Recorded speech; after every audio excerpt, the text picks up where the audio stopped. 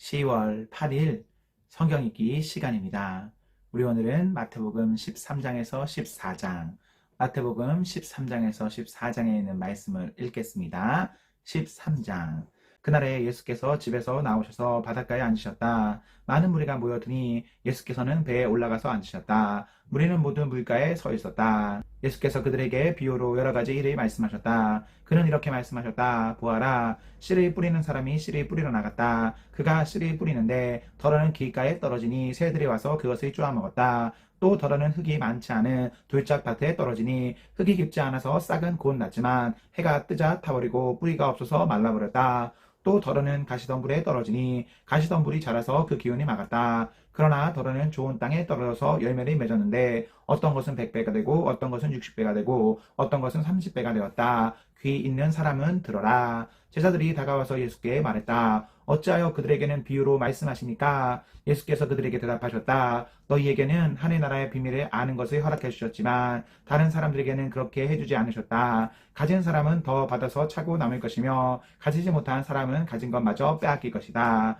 내가 그들에게 비유로 말하는 이유는 그들이 보아도 보지 못하고 들어도 듣지 못하고 깨닫지도 못하기 때문이다. 이사야의 예언이 그들에게서 이루어지는 것이다. 너희가 듣기는 들어도 깨닫지 못하고 보기는 보아도 알아보지 못할 것이다. 이 백성의 마음이 무디어지고 귀가 먹고 눈이 감기어 있다. 이는 그들로 하여금 눈으로 보지 못하게 하고 귀로 듣지 못하게 하고 마음으로 깨닫지 못하게 하고 돌아서지 못하게 하여 내가 그들을 고쳐주지 않으려는 것이다. 그러나 너희의 눈은 지금 보고 있으니 복이 있으며 너희의 귀는 지금 듣고 있으니 복이 있다. 그러므로 내가 진정으로 너희에게 말한다. 많은 예언자와 의인이 너희가 지금 보고 있는 것을 보고 싶어 하였으나 보지 못하였고 너희가 지금 듣고 있는 것을 듣고 싶어 하였으나 듣지 못하였다. 너희는 이제 씨를 뿌리는 사람의 비유가 무슨 뜻을 지녔는지를 들어라. 누구든지 하늘나라를 두고 하는 말씀을 듣고도 깨닫지 못하면 악한 자가 와서 그 마음에 뿌려진 것을 빼앗아간다. 길가에 뿌린 씨는 그런 사람을 두고 하는 말이다. 또 돌짝밭에 뿌린 씨는 이런 사람이다. 그는 말씀을 듣고 곧 기쁘게 받아들이기는 하지만 그 속에 뿌리가 없어서 오래가지 못하고 말씀 때문에 환난이나 박해가 일어나면 곧 걸려 넘어진다. 또 가시덤불 속에 뿌린 씨는 이런 사람이다. 그는 말씀을 듣기는 하지만 세상의 염려와 재물의 유혹이 말씀을 막아 열매를 맺지 못한다. 그런데 좋은 땅에 뿌린 씨는 말씀을 듣고서 깨닫는 사람을 두고 하는 말인데 이 사람이야말로 열매를 맺되 100배 혹은 60배 혹은 30배의 결실이 낸다.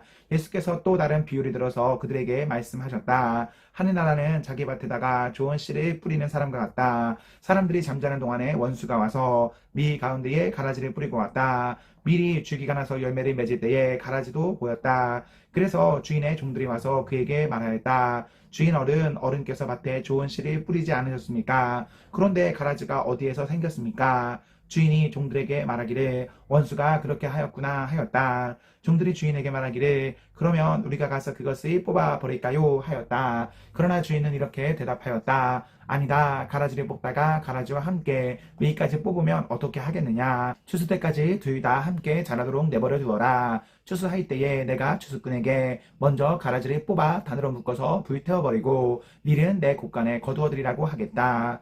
예수께서 또 다른 비유를 들어서 그들에게 말씀하셨다. 하늘나라는 겨자씨와 같다. 어떤 사람이 그것을 가져다가 자기 밭에 심었다. 겨자씨는 어떤 씨보다 더 작은 것이지만 자라면 어떤 풀보다 더 커져서 나무가 된다. 그리하여 공중의 새들이 와서 그 가지에 깃들인다. 예수께서 또 다른 비유를 그들에게 말씀하셨다. 하늘나라는 누룩과 같다. 어떤 여자가 그것을 가져다가 가루 서말 속에 살짝 섞어 넣으니 마침내 온통 부풀어 올랐다. 예수께서 이 모든 것을 비유로 무리에게 말씀하셨다. 비유가 아니고서는 아무것도 그들에게 말씀하지 않으셨다. 이것은 예언자를 시켜서 하신 말씀을 이루시려는 것이었다. 나는 내 입을 열어서 비유로 말할 터인데 창세 이래로 숨겨둔 것을 털어놓을 것이다. 그 뒤에 예수께서 무리를 떠나서 집으로 들어가셨다. 제자들이 그에게 다가와서 말하였다. 밭의 가라지 비유를 우리에게 설명하여 주십시오. 예수께서 말씀하셨다. 좋은 씨를 뿌리는 이는 인자요. 밭은 세상이다. 좋은 씨는 그 나라의 자녀들이요. 가라지는 악한 자의 자녀들이다.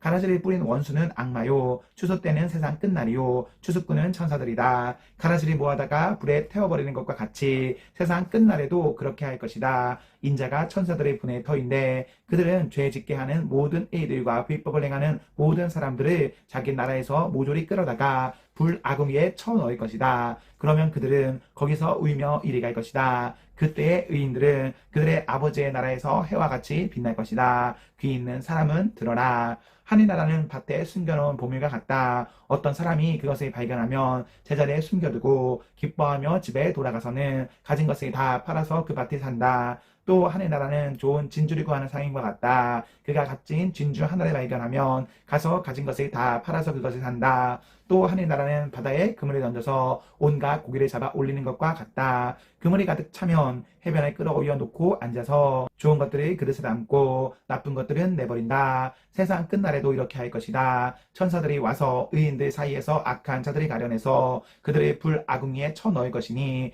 그들은 거기서 울며 이리 갈 것이다. 예수께서 제자들에게 너희가 이것들이 모두 깨달았느냐 하고 물으시니 그들이 예 하고 대답하였다. 예수께서 그들에게 말씀하셨다. 그러므로 하늘나라를 위하여 후연을 받은 율법학자는 누구나 자기 곳간에서 새 것과 낡은 것을 꺼내는 집주인과 같다. 예수께서 이 비유들을 말씀하신 뒤에 그곳을 떠나셨다. 예수께서 자기 고향에 가셔서 회당에서 사람들을 가르치셨다. 사람들은 놀라서 말하였다. 이 사람이 어디에서 이런 지혜와 그 놀라운 능력을 얻었을까? 이 사람은 목수의 아들이 아닌가? 그의 어머니는 마리아라고 하는 분이 아닌가? 그의 아우들은 야고보와 요셉과 시몬과 유다가 아닌가? 또 그의 누이들은 모두 우리와 같이 살고 있지 않은가? 그런데 이 사람이 이 모든 것을 어디에서 얻었을까? 그래서 그들은 예수를 달갑지 않게 여겼다. 예수께서 그들에게 말씀하셨다. 예언자는 자기 고향과 자기 집 밖에서는 존경을 받지 않는 법이 없다. 예수께서는 그들의 믿지 않음 때문에 거기서는 기적을 많이 행하지 않으셨다.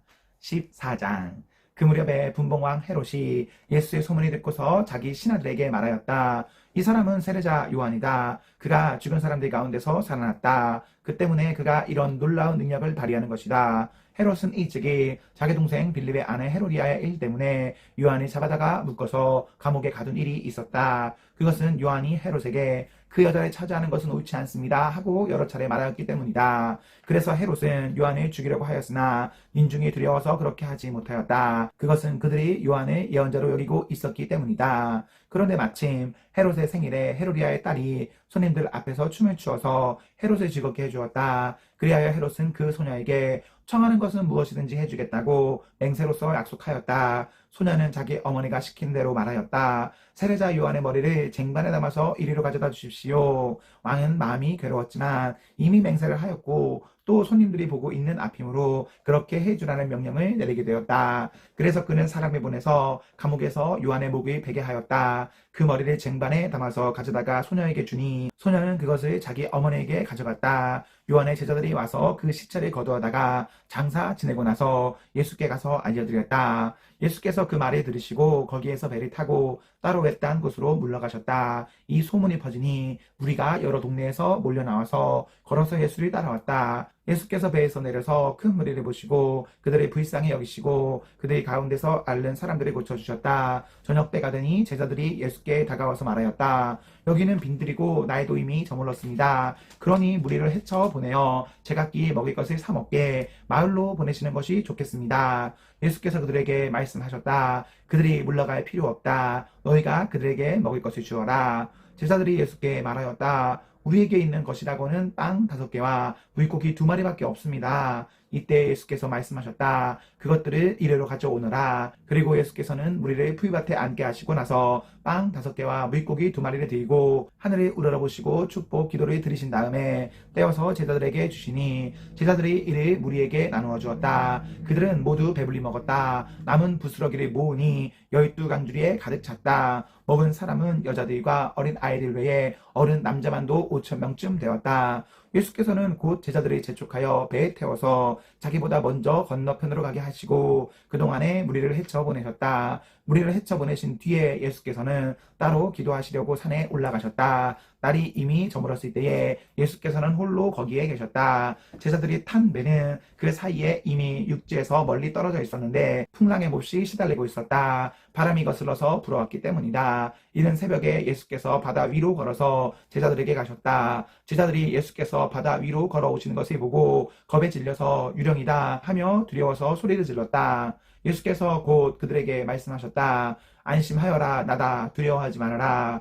베드로가 예수께 말하였다. 주님, 주님이시면 나더러 물 위로 걸어서 주님께로 오라고 명령하십시오. 예수께서 오너라 하고 말씀하셨다. 베드로는 배에서 내려 물 위로 걸어서 예수께로 갔다. 그러나 베드로는 거센 바람이 불어오는 것을 보고 무서움에 사로잡혀서 물에 빠져 들어가게 되었다. 그때 그는 주님 살려주십시오 하고 외쳤다. 예수께서 곧 손을 내밀어서 그를 붙잡고 말씀하셨다. 믿음이 적은 사람아, 왜 의심하느냐? 그리고 그들이 함께 배에 오르니 바람이 그쳤다. 배 안에 있던 사람들은 그에게 무릎을 꿇고 말하였다. 선생님은 참으로 하나님의 아들이십니다. 그들은 바다를 건너가서 게네사렛 땅에 이르렀다. 그곳 사람들이 예수를 알아보고 주위의 온 지방으로 사람을 보내어 병자를 모두 그에게 데려왔다. 그들은 예수께 그의 옷수만이라도 손이 되게 해달라고 간청하였다. 그리고 손이 된 사람은 모두 나았다.